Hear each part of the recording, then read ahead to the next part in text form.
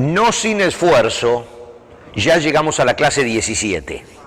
Creo que es la clase más larga de todas las que hemos estado estudiando, pero hay que tener en cuenta que es el Génesis. Y el Génesis tiene como 50 capítulos y un montón de historias dentro. No solo la historia de la creación, sino la historia de hombres y de mujeres que han marcado la diferencia y que han comenzado todo lo que ha llegado hasta nosotros, el pueblo de Israel, y la bendición de Dios que hoy estamos gozando nosotros, y ese va a ser el punto de hoy, la bendición que nosotros compartimos con Abraham. Ese va a ser el punto de la clase de hoy. Hace un par de clases atrás, recuerdan que hicimos un paréntesis en Génesis y estudiamos a Melquisedec, y la clase pasada, la 16, estudiamos esa reacción que tuvo Sara y Abraham de querer ayudar a Dios porque les parecía que estaba pasando demasiado tiempo y Dios no cumplía su promesa. La promesa de que de ellos dos iban a ser un pueblo inmenso. Ya tenían como 100 años, no habían podido tener un solo hijo, la descendencia prácticamente parecía imposible de concretarse, y entonces empezaron a dudar firmemente de la promesa y quisieron ayudar a Dios. Quisieron ayudar a Dios y allí metieron la pata importantemente, las 4 metieron.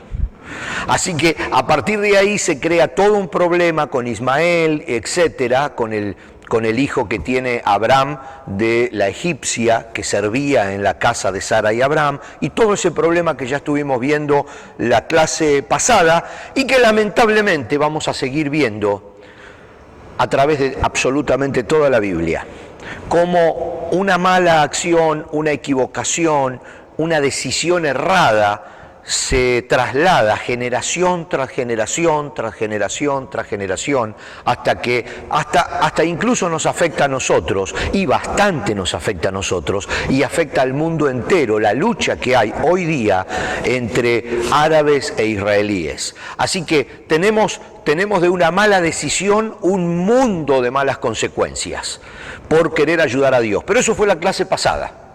Hoy vamos a ver cómo Dios se mantiene fiel a su promesa, a pesar de que, de alguna manera, Abraham y Sara dejaron de creer. Dejaron de creer por un instante y trataron de tomar acciones para ayudarlo a Dios. Así que hoy vamos a entrar a esta decimoséptima clase, y vamos a repasar, antes de entrar, otra vez los 15 temas en los que hemos dividido el Génesis para saber en dónde estamos ubicados, pero lo hacemos rapidito, apenas vamos a tomar un par de minutos, porque ya estamos al final y vale la pena ver esas 15 divisiones y recordar todo para saber bien dónde estamos ubicados. Habíamos hablado, por supuesto, de la creación, habíamos hablado de la creación del hombre y la mujer, de la creación del universo, de la tierra, etc. Luego de la creación del hombre, de la mujer, hablamos del pecado y nos tomamos como 2 clases o 3, ya ni recuerdo, para hablar del tema del pecado y cómo también esa mala decisión se va pasando de generación en generación, de generación en generación, y por supuesto nos afecta a todos aquella mala decisión. Muchas veces las decisiones que uno toma apurados, pensando que solamente afectan el momento, terminan afectando el resto de la vida y el resto de la vida de la gente que nos rodea.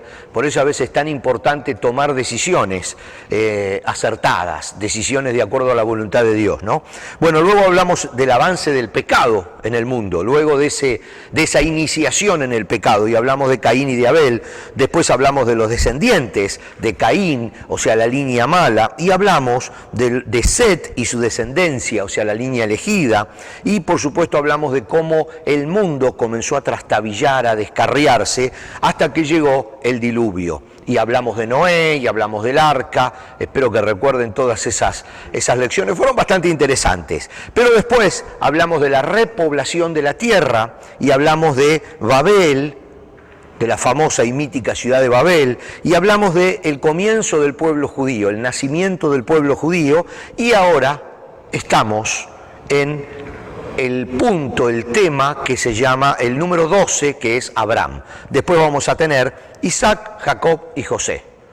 O sea, padre, hijo, nieto, y bisnieto. Toda la línea, toda la familia. Nos vamos a detener un poco, quizás después de Abraham, en Jacob, y después de Jacob bastante en José. Y allí vamos a terminar el libro del Génesis. Isaac, medio como que queda, quizás podamos verlo, en la clase que viene posiblemente vamos a desarrollar Isaac, pero Isaac queda oculto detrás de la, digamos, la brillante imagen de Abraham y de su hijo Jacob.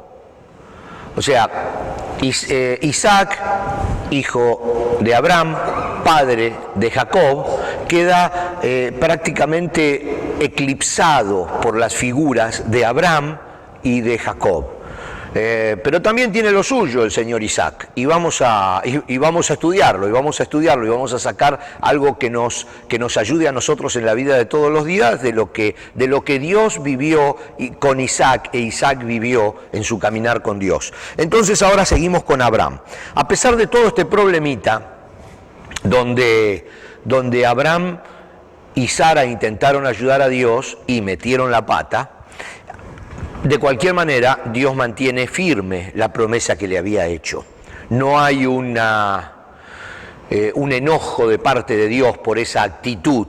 Fue lamentable, es lamentable hasta el día de hoy, pero no hay una actitud de enojo. Es como que Dios tiene una actitud muy compasiva con Sara y con Abraham, y comienza otra vez a trabajar desde cero con ellos. Y entonces acá vamos a leer en el Génesis 17, que es donde vamos a retomar la clase de hoy, que otra vez Dios le renueva la promesa, se la hace evidente otra vez, se la dice. Y dice, Génesis 17, dice, entonces Dios le dijo a Abraham, con respecto a Sarai tu esposa, su nombre no será más Sarai. A partir de ahora se llamará Sara, y yo le bendeciré. Y te daré un hijo varón por medio de ella. Sí, la bendeciré en abundancia y llegará a ser la madre de muchas naciones. Entre sus descendientes habrá reyes de naciones. Así que Abraham le dijo a Dios, que Ismael viva bajo tu bendición especial. Pero Dios le respondió, Ismael es el hijo que había tenido Abraham con la egipcia. Entonces, que Ismael le dijo a Abraham a Dios, que Ismael viva bajo tu bendición especial, pero Dios le respondió, no, Sara, tu esposa, te dará a luz un hijo, le pondrás por nombre Isaac, y yo confirmaré mi pacto con él y con sus descendientes como pacto eterno. Con respecto a Ismael, también a él lo bendeciré, tal como me has pedido, haré que sea muy fructífero y multiplicaré su descendencia. Llegará a ser padre de 12 príncipes y haré de él una gran nación. Pero mi pacto se confirmará con Isaac, quien nacerá de ti, y Sara dentro de un año. Génesis 17, del 1 al 6, un poquitito antes, decía, cuando Abraham tenía 99 años, el Señor se le apareció y le dijo, yo soy el Shaddai, Dios Todopoderoso, sírveme con fidelidad y lleva una vida intachable. Yo haré un pacto contigo por medio del cual garantizo darte una descendencia incontable. Esto fue después de la metida de pata, O sea, cuando Dios otra vez renueva la promesa. Y todo lo que leímos recién viene a continuación de esto. El Shaddai normalmente se es traducido como el Dios Todopoderoso o el Dios que es más que suficiente. Es como que Dios le dice, intentaste ayudarme, intentaste hacerlo con tus fuerzas, pero yo soy el Shaddai. O sea, yo soy el Dios que todo lo puede. No te hagas problema por intentar ayudarme. No vas a ayudarme por hacer cosas. Yo soy el Dios Todopoderoso. Le dice, a partir de ahora, tu esposa va a quedar embarazada y ya no se llamará más Sarai, se va a llamar Sara. Y a él, de hecho, le cambia el nombre de Abraham a Abraham, con H, o Abraham. Para nosotros en español más o menos da lo mismo porque el H es muda, pero le pone una H en el medio, ¿no? Al oír esto, Abraham cayó en rostro en tierra. Después Dios le dijo: este es mi pacto contigo. Te haré el padre de una multitud de naciones. Además, cambiaré tu nombre. Ya no serás Abraham, sino que te llamarás Abraham. Porque serás el padre de muchas naciones, te haré sumamente fructífero, tus descendientes llegarán a ser muchas naciones y de ellos surgirán reyes. Acá otra vez concreta la promesa. Le cambia el nombre a Sarai y le cambia el nombre a Abraham. Sara y Abraham. A partir de ahí es como un sello que Dios le da a la promesa que ya le había dado antes, ahora como que se la sella. Y le dice: te cambio el nombre, ahora serás padre de naciones. Y a ella le dijo: serás madre de naciones y madre de reyes. Pero lo mismo le dijo a Ismael. Por eso hoy tenemos dos pueblos muy grandes que desde ese momento están luchando entre sí. Abraham es considerado el más grande de todos los patriarcas. Patriarca es el padre de una familia numerosa. Abraham es el padre de la fe, porque en Abraham nace el pueblo judío y nosotros como cristianos somos injertados en ese pueblo judío. Entonces las promesas que Dios le hizo a Abraham nos las está haciendo a nosotros también, porque somos parte de ese pueblo que decidió, escogido porque decidió tener a Dios como Padre y seguirlo. Entonces nosotros estamos recibiendo las promesas que Dios le hizo a Abraham y a Sara. Él es el padre de la fe y el padre del pueblo judío. Es considerado en el resto de la Biblia, y vamos a leer varios pasajes ahora sin irnos demasiado, pero solo para asentar un poco la idea de quién era este hombre Abraham, tan especial, a veces tan difícil de describir, un hombre que camina con Dios, un hombre que dialoga con Dios. Y ahora vamos a ver incluso el diálogo que tiene cuando Dios decide destruir las ciudades de Sodoma y Gomorra, y dialoga con Abraham y termina permitiendo que Lot y su familia salga antes de destruir la ciudad. Pero hay un diálogo interesante. La Biblia lo llama el amigo de Dios. Es importante esto porque, como les dije, acá no estamos estudiando a cualquier personaje del Antiguo Testamento, como uno de los jueces. Estamos estudiando al padre de la fe. Estamos estudiando al hombre que le da nacimiento no solo al pueblo de Israel, sino al pueblo de la fe. Eso es importante. Nosotros somos el pueblo de la fe. Nosotros somos el pueblo que sale de Abraham porque él fue justificado por su fe, igual que somos nosotros, justificados por nuestra fe. Entonces es muy importante esta base donde estamos luego construyendo todo, básicamente el cristianismo. Amigo de Dios, Isaías, el profeta Isaías, dice en el capítulo 41, 8 y 9, pero en cuanto a ti, Israel, mi siervo, está hablando Dios, Jacob, a quien he escogido, descendiente de mi amigo Abraham, está hablando Dios, te he llamado de los confines de la tierra diciéndote, eres mi siervo, pues te he escogido y no te desecharé. Está hablando de Israel en este momento Dios, pero fíjense la relación que hace Dios dictándole esto a Isaías. Le dice: a quien he escogido, descendiente de mi amigo Abraham. Segunda Crónicas, la crónica de los reyes de Israel, en el capítulo 20, dice: Josafat se puso de pie ante la multitud de Judá en Jerusalén frente al nuevo atrio del templo del Señor y oró diciendo: oh Señor, Dios de nuestros antepasados, solo tú eres el Dios que está en el cielo, tú eres el gobernante de todos los reinos de la tierra, tú eres fuerte y poderoso, nadie puede hacerte frente. Oh Dios nuestro, ¿acaso no expulsaste a los que vivían en esta tierra cuando llegó tu pueblo Israel? ¿Acaso no les diste esta tierra para siempre a los descendientes de tu amigo Abraham?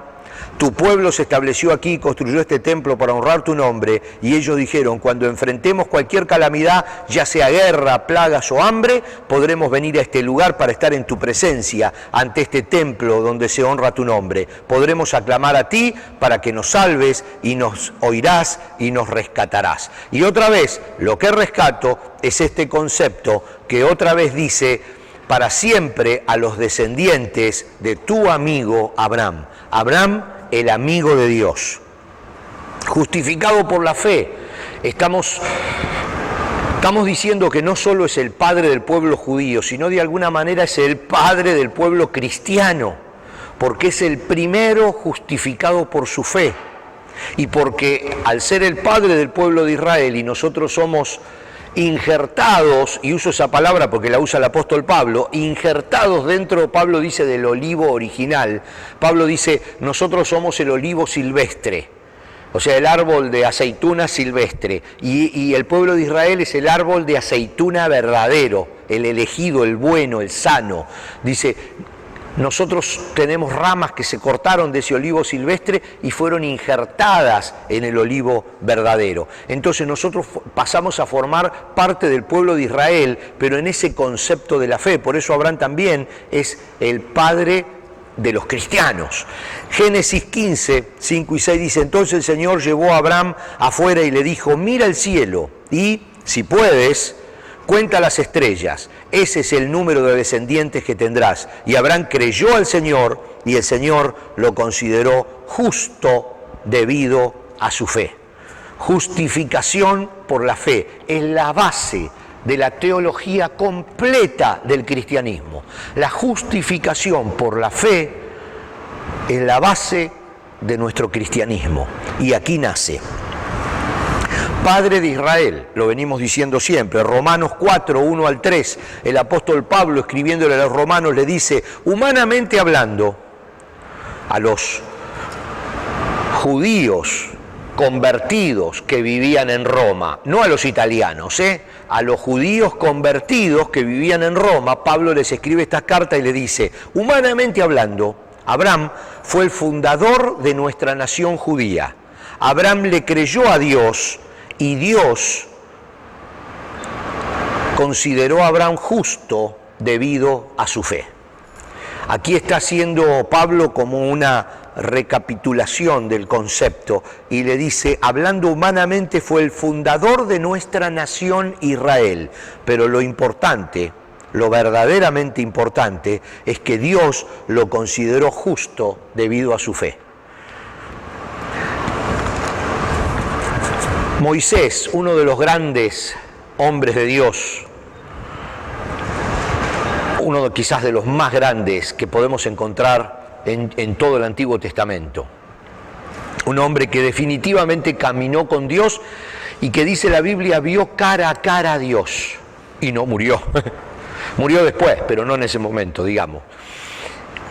Jehová se reveló a Moisés y cuando tenía que decirle quién era, porque Moisés no lo conocía a Dios, cuando tenía que decirle quién era, el Dios de los cielos tomó como referencia a Abraham. Es mucho decir, ¿eh? Dios se presentó a Moisés diciéndole, yo soy el Dios de Abraham. Ojo que es mucho decir, porque es como que cuando uno se presenta a un trabajo y dice, ¿quién te manda? Ah, a mí me manda Juan. O sea, ¿por qué? Porque Juan está bien visto a los ojos de esa persona, Juan. Entonces, es como una referencia para nosotros cuando nos presentamos. ¿Cuáles son tus referencias? Y a mí me manda tal persona, y a mí me conoce tal. En este caso, Dios mismo le dice a Moisés, yo soy el Dios de Abraham, ese soy yo. Así que miren la importancia que tenía Abraham. Éxodo 3, 1 al 4, podemos leer que dice, cierto día Moisés se encontraba apacentando el rebaño de su suegro Yetro. Ya conocemos esta historia. Quien era sacerdote de Madián llevó el rebaño al corazón del desierto y llegó al Sinaí, al monte de Dios, y allí el ángel del Señor se le apareció en un fuego ardiente en medio de una zarza. Moisés se quedó mirando lleno de asombro, porque aunque la zarza estaba envuelta en llamas, no se consumía. Esto es increíble, se dijo a sí mismo. ¿Por qué esa zarza no se consume? Tengo que ir a verla de cerca. Cuando el Señor vio que Moisés se acercaba para observar mejor, Dios lo llamó desde en medio de la zarza. Moisés, Moisés, aquí estoy, respondió él. No te acerques más, le advirtió el Señor, quítate las sandalias porque estás pisando tierra santa. Yo soy el Dios de tu padre, el Dios de Abraham, el Dios de Isaac y el Dios de Jacob. Así que de esa manera recomienza una historia que había pasado cerca de 80 años en silencio, en stand-by. Cuando el pueblo de Israel queda definitivamente cautivo en Egipto, 400 años, comienza lentamente a olvidarse de Dios, lentamente a mimetizarse con los dioses locales de Egipto. Nace Moisés, Moisés tiene 40 años, tiene ese conflicto con un egipcio al cual mata, tiene que huir al desierto, pasan otros 40 años más, quiere decir que ya estaba en 80 años, cuando ahí lo llama, cuando Dios lo llama.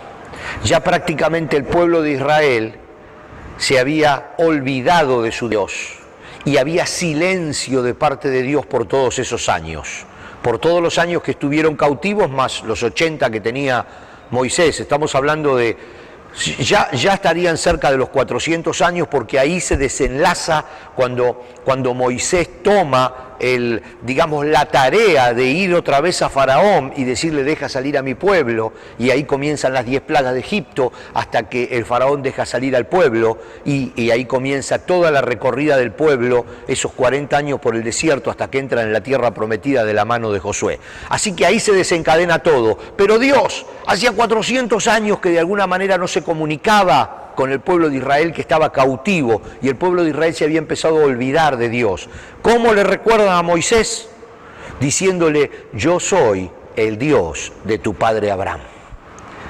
Así que es bien importante cómo recomienza Dios esta relación con el pueblo de Israel. Yo soy el Dios de tu padre Abraham.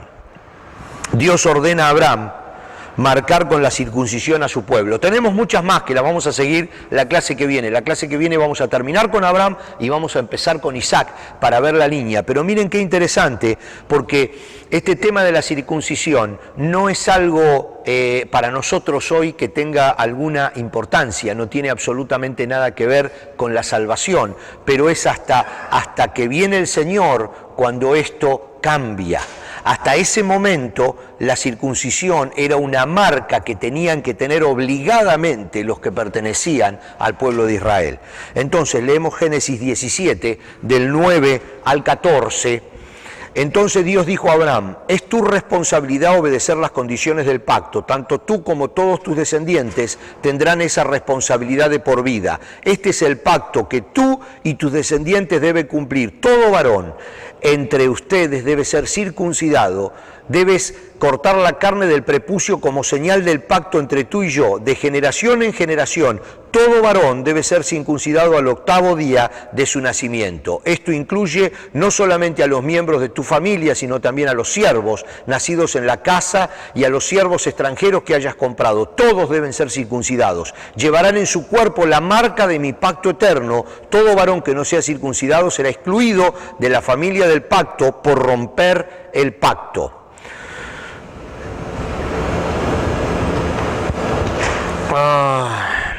Acá leemos en Gálatas, y con esto creo que vamos a terminar hoy para poder darles tiempo a las preguntas. Gálatas 5, del 1 al 6, y entonces ahora aquí vemos al apóstol Pablo hablando acerca de este tema de la circuncisión, y él dice, por lo tanto, Cristo en verdad nos ha liberado. Ahora asegúrense de permanecer libre y no se esclavicen de nuevo a la ley.